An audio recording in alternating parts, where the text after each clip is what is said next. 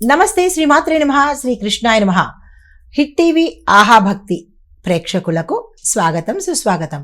December 24, 2025 నాటి పంచాంగం ప్రకారము గోచార రీత్యా మేషాది ద్వాదశ రాశుల వారికి ఎలా ఉండబోతోంది, ఆ గ్రహస్థితులు ఎలా ఉన్నాయి, ఆ గ్రహాలు ఇచ్చే ప్రభావము, ఫలితాలు, సూచనలు అన్ని వివరంగా తెలుసుకుందాము.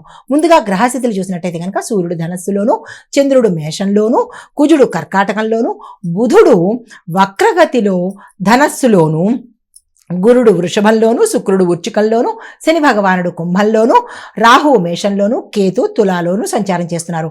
అయితే ఈ సంచార ఫలితాలు మేషంలో చంద్రుడు రాహు ఉండడం వల్ల ఈ రోజు దేని మీద ప్రభావం చూపిస్తోందంటే కనుక ఆతృత, ప్రతిదీ ఫాస్ట్గా చేసేయాలి, తొందరపాటుతనము, వీటి మీద ఎక్కువగాను ధైర్యము, తొందరపాటు నిర్ణయాలు, ఆతృత పడ్డం వేరు, ఆతృతంగా తొందరగా ఫోర్స్బుల్గా నిర్ణయాలు తీసుకోవడం మీద ఎక్కువగా ప్రభావాన్ని చూపిస్తున్నాయి. కాబట్టి చాలా జాగ్రత్తగా ఉండండి.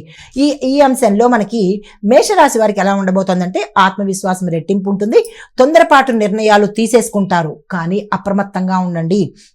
ఉద్యోగంలో కొత్త బాధ్యతలు తీసుకోవాల్సి వస్తుంది, అందుకునే ప్రయత్నం చేసుకోండి. ఆర్థికంగా స్థిరత్వంగా ఉండడము, మెరుగుపడడం కూడా జరిగే అవకాశాలు కనబడుతున్నాయి.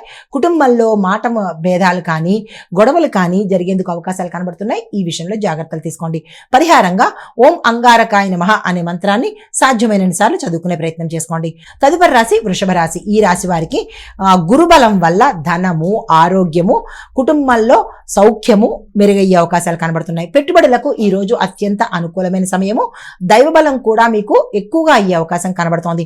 విద్యార్థులకు శుభ ఫలితాలు గోచరిస్తున్నాయి. పరిహారంగా పసుపుని, బెల్లాన్ని దానంగా ఇచ్చుకున్నట్టయితే, ఏదైనా దేవాలయంలో కానీ ఏదైనా బ్రాహ్మణుడికి కానీ దానంగా ఇచ్చుకున్నట్టయితే మంచి జరిగే అవకాశాలు ఉన్నాయి. తదుపరి రాశి మిథున రాశి. ఈ రాశి వారికి బుధుడు వక్రంగా ఉండడం వల్ల మీ మాటల్లో జాగ్రత్త అనేది ఎక్కువగా చూసుకోండి, ఏ రంగంలో ఉన్న వాళ్ళైనా సరే. అయితే డాక్యుమెంట్స్ సైన్ చేసే విషయంలోనూ, చెక్కుల మీద, డాక్యుమెంట్స్ మీద ఇలా ఏదైతే సంతకాలు చేస్తారో ఆ విషయంలో అప్రమత్తంగా ఉండే ప్రయత్నం చేయండి. మిత్రుల ద్వారా లాభాలు వచ్చే అవకాశం కనబడుతోంది. ప్రయాణ సూచనలు కూడా గోచరిస్తున్నాయి. అయితే మీకు చెప్పదగిన పరిహారము ఓం బుం బుధాయ నమః అనే మంత్రాన్ని ఉదయం పూట సాధ్యమైనన్ని సార్లు చదువుకునే ప్రయత్నం చేసుకోండి.